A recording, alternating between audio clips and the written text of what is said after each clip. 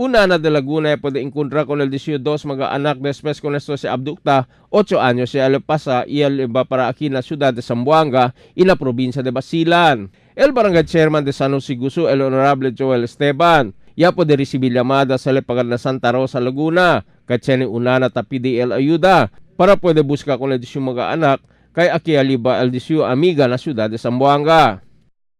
Yalama kumigo kay tapidi asistensya kay one of their constituent daw kay allegedly el anak kaliba daw para kina sa Zamboanga na taga Silay. So una-una cordale kumigo le yalama para ayuda con el nana con el gente. So yung ganyan na si kaso so ko se hace coordinate din yun na city mayor and city mayor very accommodating niya, pwede dayon man kuadal instruction para man-coordinate ng mga ahensya. So, coordinate yun na SSWD, SSWD coordinated Police Superintendent Christine Tan.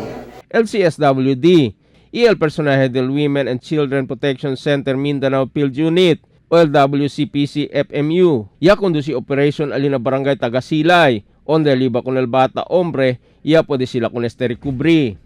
Actually po, meron na po tayong initial information na binigay, no? Dumating yung mother nung bata, then yung friend niya is actually dati nagko-communicate sila, then later on, nalaman niya na nandito sa Tagasilay.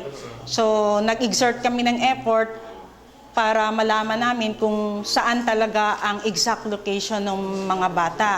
Nag-conduct din tayo ng monitoring, validation kung talagang nandoon yung mga bata, yung dalawang bata. Pero hindi natin nakuha yung dalawang bata immediately.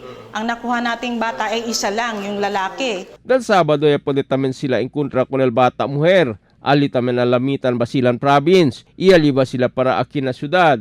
Iya puede man junto con la di ilanana. Na di la opisina del WPC alina Cambatalya, ya kada alegran mananay anak, kaya pwede sila man junto. Emil Tuban, Dateline, Zamboanga.